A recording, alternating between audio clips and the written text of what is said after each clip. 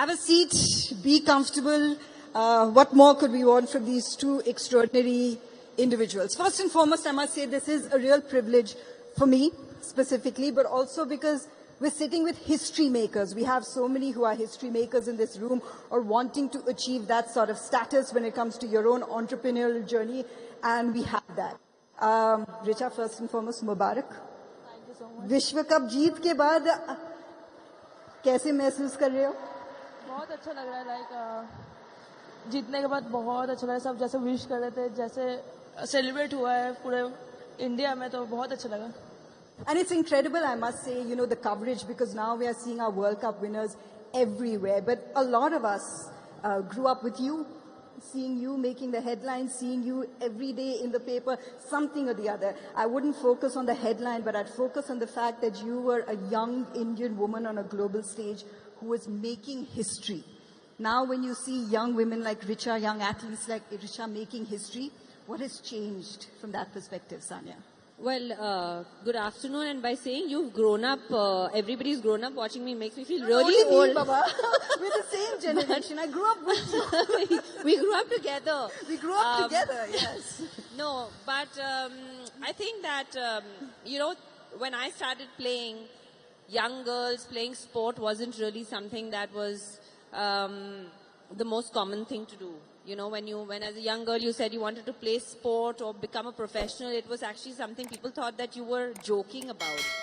And I'm so glad to see things like this happening and our girls bringing back the World Cup for us. But that just goes to prove that when the mindset changes and when, the country backs your women the way that we have been backing our girls, great things happen.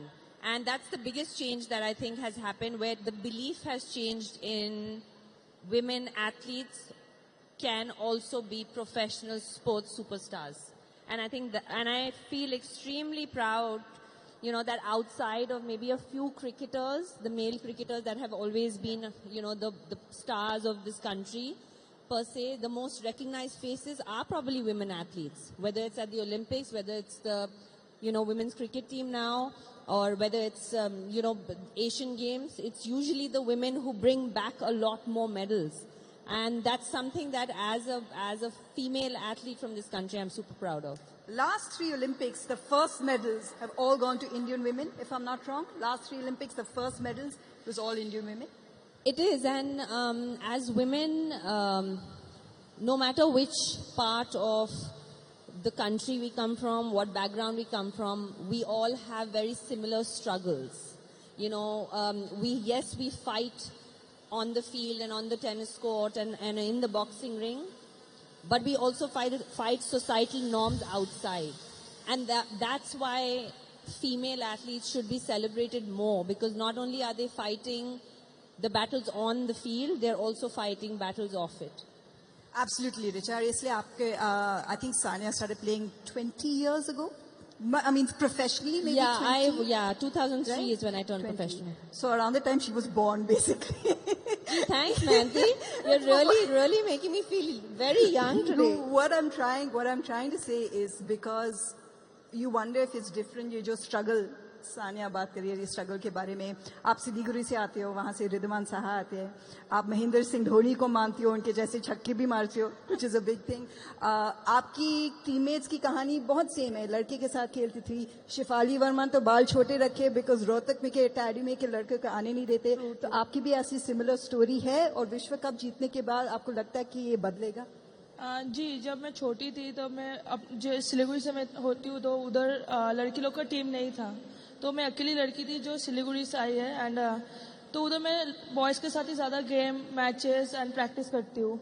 तो वो I think मुझे बहुत help किया. And plus वो एक struggle रहता है कि लड़के लोग के साथ प्रैक्टिस करना बहुत हार्ड भी होता है, क्योंकि बहुत जगह आपको नहीं चांस देते. एंड आई थिंक ये वर्ल्ड कप जो हम जीते उसके बाद आई थिंक बहुत चेंजेस हो रहे हैं. मैंने बहुत मैचेस में भी देखे कि लाइक फैमिली खुद अपने बच्चे लड़की लोग को लेके ग्राउंड आ रहे हैं मैच देखने के लिए. आई थिंक ये चीज़ें बहुत चेंजेस हो रहे हैं. एंड बहुत जगह पे अभी बोल रहे कि अभी लड़की लोग भी बहुत आ रहे क्लब्स में प्रैक्टिस के लिए एंड ऑल. ये सब बहुत चेंजेस होंगे. बदलाव भी देखेंगे और recently I heard Viren Raskina saying something very significant, talking about how Indian women have done well, saying that maybe Indian women athletes are able to handle that much pressure because they're great at multitasking. तो pressure के बारे में ऋचा बात करते हैं, दबाव के बारे में. दक्षिण क्रिएका के खिलाफ इन फाइनल की बात नहीं कर रही, लाइक लीग स्टेज में नंबर पे 8 पे जो आपने पारी खेली है, that is a record for a number 8 in a world cup. मैं मानती हूँ that's as good as 100. Thank you. It's reflected as 100 जो आप आए थे उस समय में, उस प्रेशर में, उस जो पारी आपने खेली. What did you learn from that pressure moment? आपने क्या सीखा उस पारी से? आई थिंक वो टाइम में जैसा प्रेशर जो था, आई थिंक मुझे तो काम रहना चाहिए था. आई थिंक वो मुझे हेल्प किया, कामनेस. एंड आपको पता है आपको क्या करना है, क्योंकि आपने ऑलरेडी प्रैक्टिस की है वो चीज़ को. एंड आप प्रेशर ऑलरेडी छोटे से देख के आए हो सब चीज़ों में. तो प्रेशर मुझे नहीं लगता प्रेशर मुझे कोई इफेक्ट करता है कुछ भी. मुझे और भी अच्छा लगता है प्रेशर. बट वो टाइम में आपको जितना काम रह सकते हो, जितना आपका माइंड शांत रहेगा एंड क्लियर रहेगा, तो आप और भी डिसीजन जो है वो सही डिसीजन लोगे. आई थिंक वो चीज़ मुझे बहुत हेल्प किया है उस टाइम में. And Sania, you're someone, there are a lot of entrepreneurs here who will have to face pressure from different fragments of society. In your career, you didn't just face pressure on the tennis court. It was pressure off it as well. Like you said, you were a path breaker, you were a torch bearer for so many years, a lone Indian woman athlete doing that at a global stage. Different pressures that you had to handle. What was your biggest learning in handling that pressure? No, I think, she just said that I enjoy pressure. And I think that's, for people who don't understand it, it's a very strange statement, right? Like, how can you enjoy pressure? But the amazing part is that if you don't thrive under pressure, you're definitely going to lose that battle. So you have to embrace that pressure and you have to try to thrive under it. How I used to deal with every kind of pressure, on the good days, on the court, off the court, and I still use that in my life. I always think of the worst thing that can happen. And I'm like, what is the worst thing that can happen? If I am playing this tennis match and I may lose, will it hurt? 100%. But will it be the end of my world? 100% not. And if I'm feeling the pressure, the person on the other side is feeling the pressure too. And that's how I used to kind of psych myself up while I was on the court. And I use that logic in life as well. Because I feel that sport teaches you how to fight for another day. It teaches you that no loss is big enough to finish you. A loss will always help you learn, and I know it sounds very cliche, but it really does help you learn. And yes, it stings in that moment, but it gets better. It gets better the next morning, and then the next morning, and then you get back to it, and you're like, okay, I need to be better than what I was 2 days ago. So that's how you just kind of deal with that pressure, and I think that's why not just female athletes, athletes in general are very good under pressure because they face that on a daily basis. Every single day, they wake up and they're like, we want to be better than yesterday. And we're putting that pressure on ourselves as well. So when then it comes out to actually the performance, it's just an addition to what you're already feeling. But what about the ability to handle criticism? Because as an international athlete and as an Indian athlete, you're always in the front pages, in the spotlight, and there's a lot of criticism that is lobbied your way. I know you have a very powerful return and a great serve, but it does happen to you. So how do you compartmentalize?